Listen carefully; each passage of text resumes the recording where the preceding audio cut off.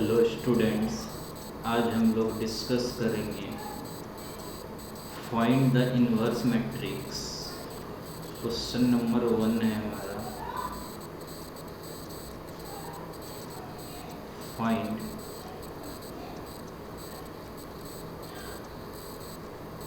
The inverse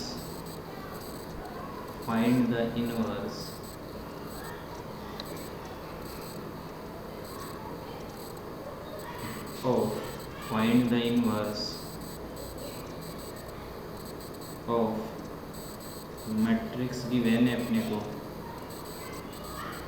1 0 1 0 2 3 1 2 1। ठीक है, 3/3 matrix का इन्वर्स निकालना है अपने को बाय एडजॉइंट मेथड्स,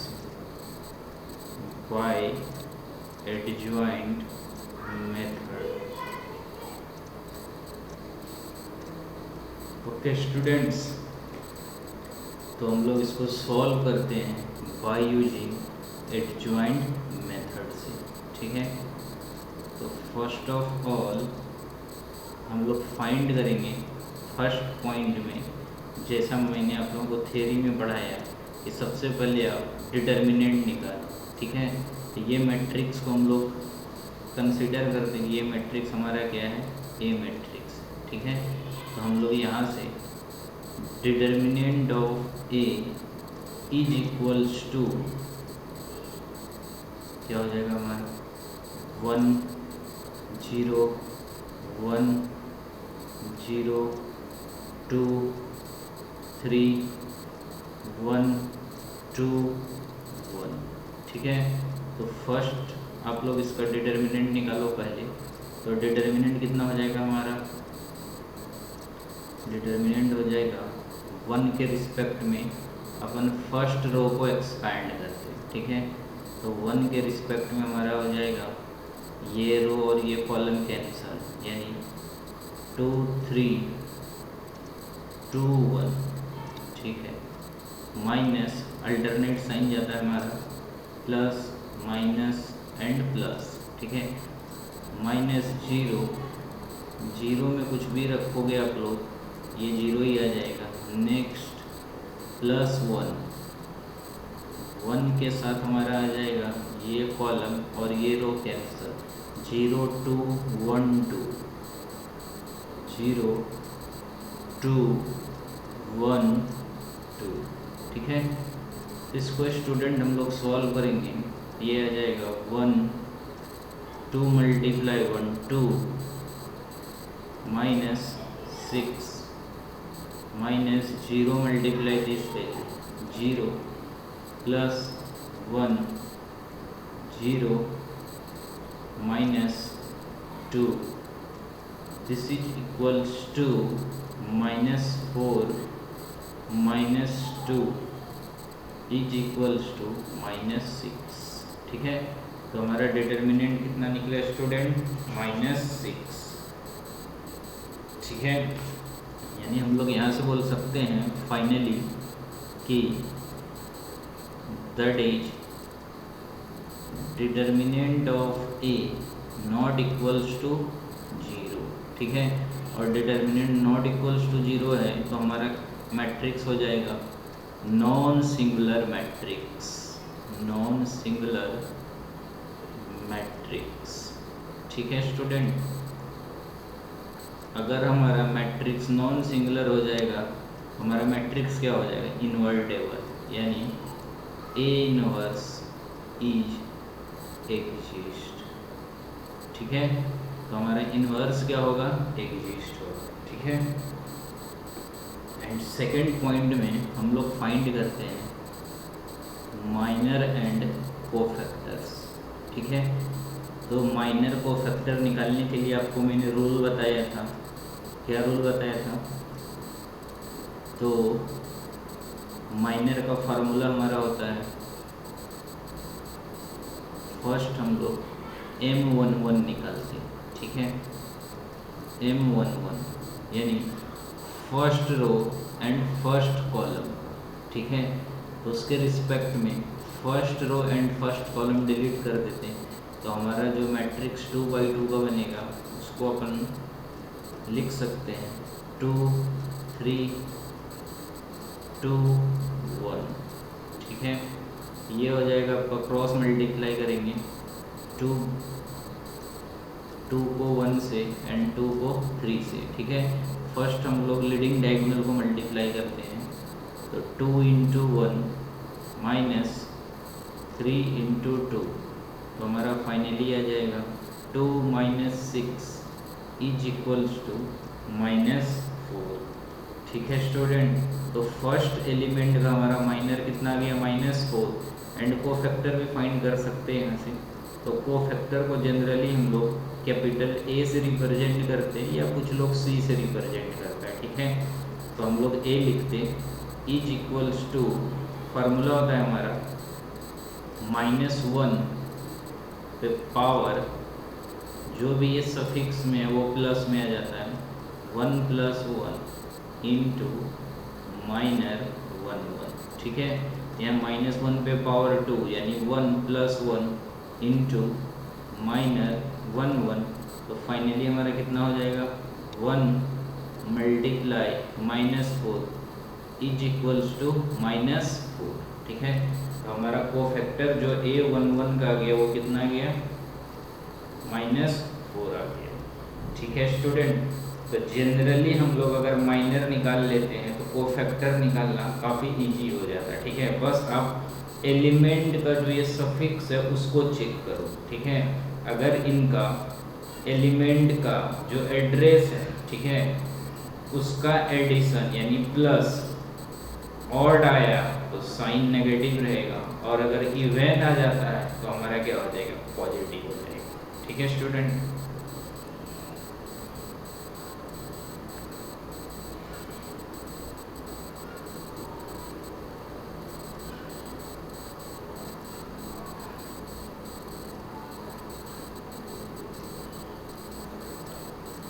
नेक्स्ट हम लोग माइनर निकालते हैं, हमारा क्या हो जाएगा माइनर, नेक्स्ट हमारा माइनर हो जाएगा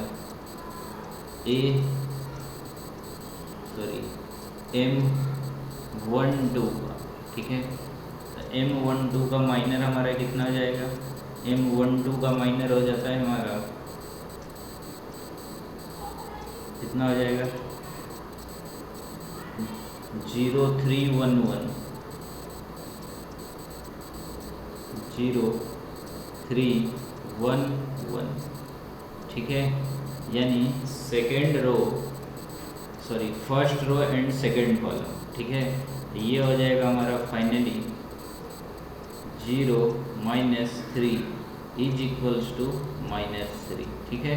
तो स्टूडेंट यहीं से हम लोग इसका कोफैक्टर निकाल सकते हैं, A12 = 1 + 2, ऑड है तो साइन चेंज, माइनस है तो +3, ठीक है, और इवन में एज इट इज रहेगा, ओके। नेक्स्ट हम लोग माइनर निकालते हैं M13 का हो जाएगा हमारा माइनर 0 2 1 2, ठीक है। इसको आप सॉल्व करोगे तो 0 - 2 = -2, तो देयरफॉर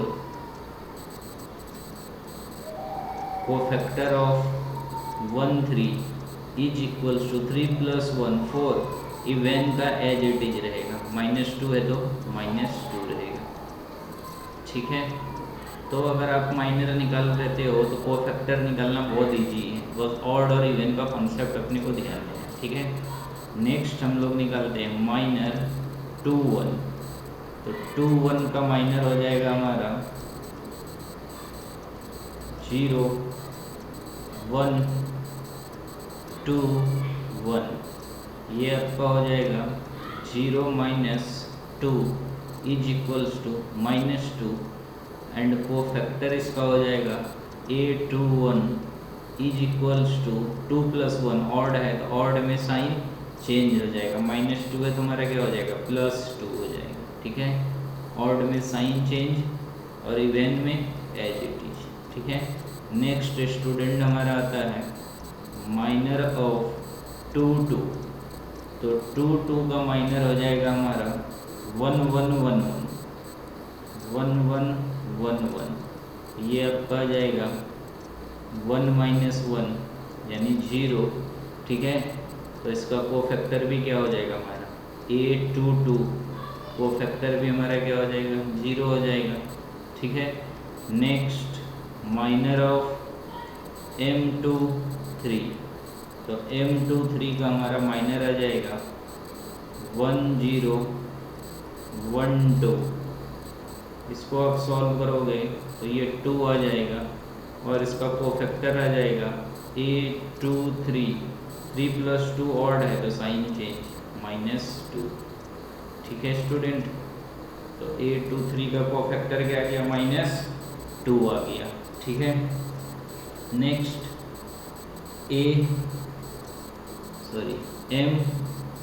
m31। m31 का माइनर हो जाएगा स्टूडेंट हमारा 0 1 2 3 0 1 2 3। ठीक है, ये हो जाएगा आपका 0 - 2 = -2 एंड कोफैक्टर हो जाएगा हमारा a31। इवन है तो as it is, no change. ठीक है, नेक्स्ट है student minor of m32। m32 का माइनर हो जाएगा हमारा 1 1 0 3 1 1 0 3। तो ये अपना आ जाएगा 3। ठीक है, एंड इसका कोफैक्टर हो जाएगा a32।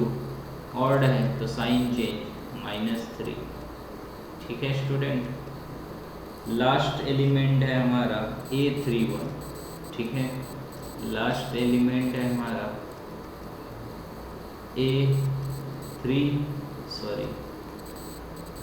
माइनर निकालते अपन m33। तो इसका माइनर हो जाएगा हमारा 1 0 0 2 1 0 0 2। यानी इसका माइनर आ जाता है हमारा 2 एंड कोफैक्टर आ जाएगा a33।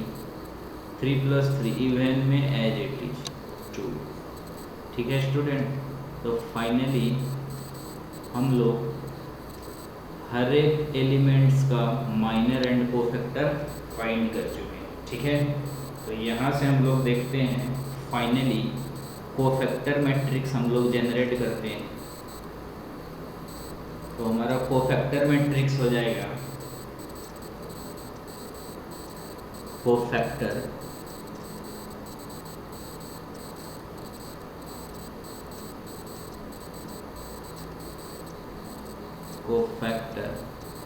Matrix is equals to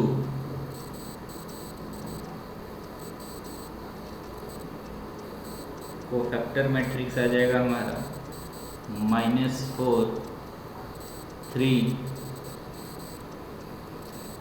2। अच्छा, मैं आपको बताता हूँ कि कोफैक्टर मैट्रिक्स हम लोग कैसे लिखते हैं। तो कोफैक्टर मैट्रिक्स लिखने का अपना तरीका है a11 a12 a13 a21 a22 a23 and third row a31 a32 and a33। ठीक है स्टूडेंट, अब इसमें अब इसका वैल्यू पुट अप कर दो तो हमारा आ जाएगा फाइनली कोफैक्टर मैट्रिक्स आ जाएगा -4 -3 -2 2 0 -2 एंड -2 -3 एंड 2। ठीक है स्टूडेंट, ये आ गया हमारा कोफैक्टर मैट्रिक्स। देन फाइंड करते हैं हम लोग एडजॉइंट ऑफ ए। ठीक है स्टूडेंट, तो हमारा फॉर्मूला होता है adjoint of A matrix is equals to transpose of cofactor matrix, transpose of cofactor matrix. ठीक है स्टूडेंट, जो भी हमारा कोफैक्टर मैट्रिक्स है उसको ट्रांसपोज कर देंगे। तो हम लोग यहाँ से लिख सकते हैं फाइनली कोफैक्टर मैट्रिक्स फाइंड कर चुके अपन, -4 -3 -2 2 0 -2 -2 -3 एंड 2। ठीक है, इसको ट्रांसपोज करना है। ठीक है, तो आप लोग ट्रांसपोज का मतलब पता है आप लोगों को। ट्रांसपोज का मतलब क्या होता है कि रो को हम लोग कॉलम में कन्वर्ट कर देते या कॉलम को रो में कन्वर्ट कर देते। ठीक है, तो इज इक्वल्स टू हमारा आ जाएगा, तो यहाँ से आ जाएगा स्टूडेंट हमारा adjoint of A, adjoint of A matrix is equals to, ये आपका फर्स्ट रो है तो फर्स्ट कॉलम में आ जाएगा -4 -3 -2। ठीक है, ये आपका सेकंड रो है तो ये सेकंड कॉलम में आ जाएगा 2 0 एंड -2। नेक्स्ट स्टूडेंट ये थर्ड रो है तो ये हमारा थर्ड कॉलम में आ जाएगा -2 -3 एंड 2। ठीक है स्टूडेंट, ये हमारा निकला adjoint of A. Then third point है हमारा तीसरा, third and last point, find the A inverse. तो ए इनवर्स का फॉर्मूला होता है हमारा 1 determinant of A into adjoint of A. ठीक है, तो हम लोग डायरेक्ट बोल सकते हैं कि एडजॉइंट ऑफ ए को डिवाइड करना है डिटर्मिनेंट से। तो हमारा डिटर्मिनेंट कितना आया था, डिटर्मिनेंट आया था -6। ठीक है, तो 1/-6 into adjoint of A. Adjoint matrix already अपना फाइंड है, -4 2 -2 -3 0 -3 -2 -2 2। ठीक है student, this is the final answer. ठीक है, यही हमारा क्या है, ए इनवर्स। ओके स्टूडेंट, तो आज हम लोग यहीं पे स्टॉप करते हैं। नेक्स्ट क्लास में और अपन क्वेश्चंस डिस्कस करेंगे। ओके।